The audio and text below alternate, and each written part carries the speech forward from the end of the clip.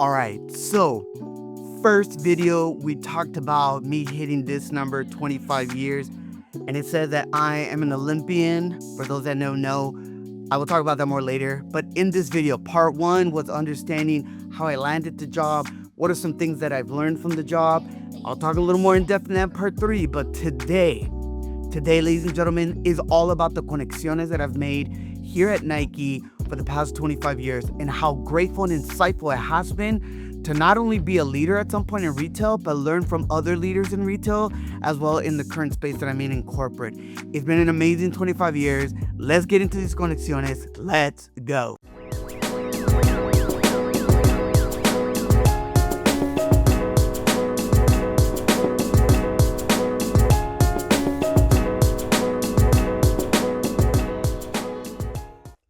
All right, what is up, ladies and gentlemen? My name is Noan El Boricua. I'm excited to be able to bring to you Fuel Pasión podcast, where we immerse ourselves dentro de cultura, where we grow in our faith, and we're talking about it today. We make these conexiones. So excited, and as always, thank you so much for the love on part one video. If you haven't had a chance, go on and head over to YouTube and check out the latest video that was actually my past video around part one, 25 years at Nike and what I've learned. Today, as always, if you get a chance and you really resonate with this video, hope you can like it, subscribe it, maybe share it with someone, maybe navigating their career growth.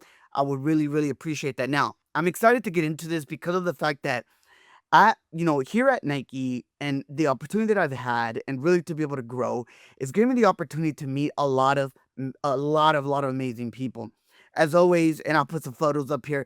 Look, the journey has been amazing. The people have been amazing. But I think more importantly is really understanding how do we navigate and the importance of these people. Because again, in part one, I talked about, at 16, getting cut from the baseball team, taking a shot, and yet seeing now what 25 years has shown me is consistency and growth. But if I'm being honest, none of that happens without the people, la gente. And this is what this video is about. It's all about, as I said earlier, conexiones. Because one of the greatest lessons that I've learned over the past 25 years is that your career will only grow to the level of your relationships. And today, real genuine connection, woo! Yo, that is rare, okay? We live in a world, as many of you know, where it is easy to network, easy to reach out on social media, but it is harder to connect and really make a genuine connection. And early on, I had to learn the hard way because starting in retail, I realized really quickly every manager is different, every leader communicates differently, every personality is different, starting with me, okay? And at first, that can feel frustrating when it comes to like managers and leaders. But over time, I learned something that changed everything.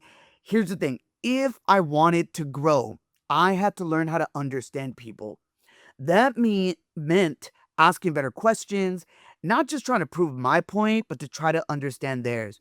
How do you lead? What matters to you? How can I support the vision? Because when you understand your leader, you learn how to navigate. And navigating, that's a skill.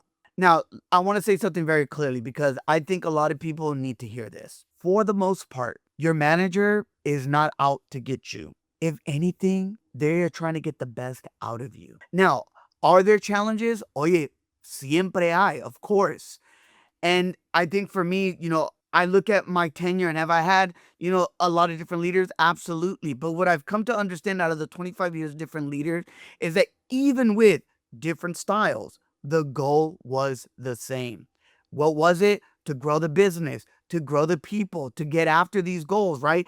And I am beyond grateful for that because along the way, I have had leaders who saw something in me before I fully truly saw it in myself. And the way that I saw that is that they challenged me, they stretched me, they gave me opportunities that I didn't always feel ready for.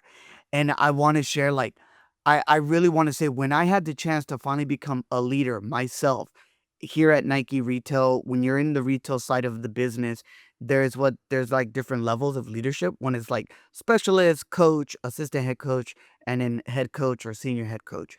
When I had the chance to become a specialist, I was beyond grateful for all of my coaches and above. I want to give a special shout out to Karen Gothard and Ernesto Baldonado, and also like Anthony and Mandy, because they were my peers and I learned so much from them from a visual lens. They challenged me. They asked me really good open-ended questions and kind of would always prompt me to kind of walk away and be like, "Yo, am I really like, do I understand what I'm doing at this job?"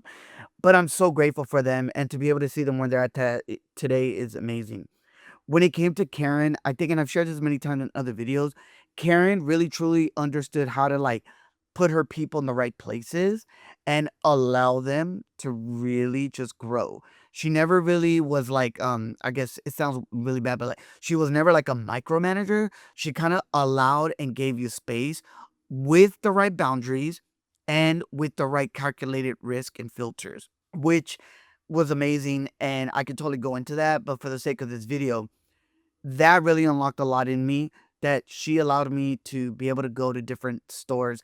Look, the first time I got on a plane to go to another state, I never did that outside of myself maybe driving to Texas with my wife's family, but I've never flown. And the fact that I got to do that was really amazing. That leads me to one of the most amazing leaders that I call a friend and mentor, Ernesto Baldonado. Like Ernesto has such a high standard, but yet has this fluidity and this like approach of really getting the best out of you and have only but good intentions behind it. And I think for me, it was different because we had to learn how to communicate. Look, he could tell you, him and I had, again, I was in a new leadership space. I was also a leader. He was a higher leader, and it just felt really weird. But the beauty was, Ernesto challenged me. Ernesto stretched me in my capabilities of understanding business, understanding people, and building that pipeline. Which that's another conversation for another day. But just getting back to that, I just wanted to share like those two people and also my peers with Anthony and Mandy. Like it's beautiful when we get challenged, and that is so key. Because over the year, when I really think about it, some of the opportunities I was given, they weren't even my direct managers. They just gave me their time. And time is one of the greatest gifts a leader can give. And I think for me, if I'm talking about no one that's a direct leader of mine, I think none other than my mentor and friend, Lauren Gallo. I've shared how we met and how she saw me on a video and started following me. I followed her back, and I ended up finding out she's this amazing woman and leader of who she is. And I am so grateful because of the fact that she would give me her time to get to know me, her time to ask me questions about my journey, her time to challenge me, and to be able to think bigger moments of the career trajectory that I'm on. And for that, again, time is one of the greatest gifts that can be given. So I just want to take a moment, not just to Lauren, but for every senior leader and leader in general that have given me their time. Muchas gracias. I want to say thank you so much. I think about every leader, every teammate, every person, whoever invested time in me over my past 25 years. You didn't just help me grow, you helped me shape who I am today. And that leads me to something that I've been like thinking a lot about lately, right? If people poured into me like that, how am I showing up for others? Because at some point, you stop being the one that's just receiving, you actually start becoming responsible of like, now I am responsible to lead these people. I am now responsible to invest in these people. I am now responsible to multiply the talent and the gift in these people. And there's this concept that I love from leadership thinking is about being a multiplier. What do I mean by that? It's not just someone who adds value, but someone who multiplies it in other. And I've asked myself this question over the years, and I put it here right in front of me. Is like, what's the one thing I wished my leader did for me that I can do for someone else? So when I became a department manager, and this is a story that I share because the person I'm gonna mention has given me this green light, because I think this is a lesson that I think some of you that are leaders out there, you have to listen. I had a athlete, an associate by the name of Paris, and Paris is a very intelligent man, very personable, knows how to connect with people. But one of the things that I really understood was that I needed to invest in listening to him. I needed to invest time in his development because when it came down to have these conversations of what we would call like touch bases one-to-ones, I remember I would walk away almost questioning my leadership because here was a talent that was asking valid points and questions and processes that instead of taking it personal, I had to go back to that question that I said that if I ever became a leader, what would I do differently that I wish my current leader did for me? And that question changed how I led. And I was so grateful for Paris that when Paris moved on to the career that he's in today, I remember him sharing with me how he appreciated the opportunity that I gave him the space to be able to share this feedback to a leader, myself. And more importantly, grateful for him that it allowed me to be able to make me a better leader than I am today. Because just in that one example, I've had the privilege to lead other people and other teams. But one thing that comes to mind that I've always learned something is that leadership isn't about having a title. It's about how you show up each and every day for your people. I asked the question, do you listen to them? Do you create a space for them? Do you see them? Do you call something out of them? And that they didn't even know what was there, right? This maybe gift or skill set. Because here's the truth. Sometimes, I'm talking about myself, sometimes you fully do not know your gift until someone else names it. And great leaders do that. They don't just manage performance. Hear me out. They unlock potential. I've experienced that firsthand. So if you're watching this, here's my call to action.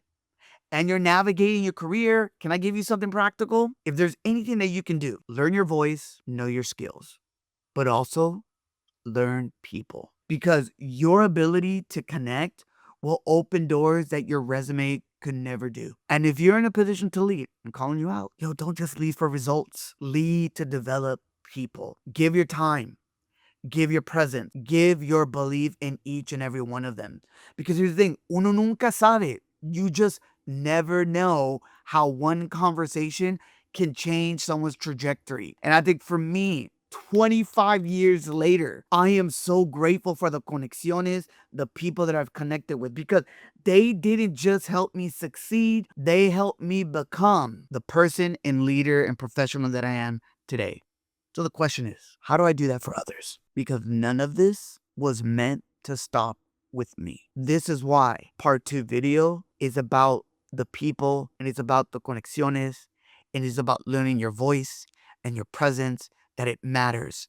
So for me, I am so grateful for all of the leaders that I've had. Look, one of the last leaders that I'm super grateful for is Mia Foote. Mia really, one, she was an amazing cheerleader, but she was also the one leader that was like, you need to master the fundamentals. I need you to level up.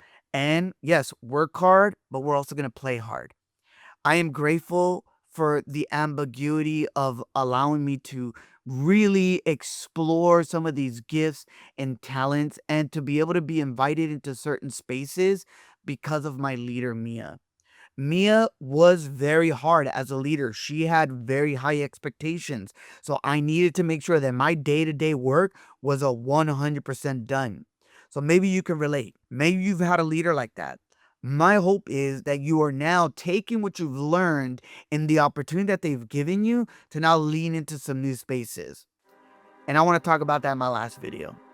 I want to talk about the spaces that I've been in these past 25 years and where potentially they may be leading me to. Because at the end of the day, 25 years at a brand, at any company, not just the one that I'm at any company, it is a huge deal. It is really big moments for people that have hit those milestones. But we never settle. We got to keep leveling up. And my hope is that in this last video that I'll have for you guys, that each and every one of you can relate to it.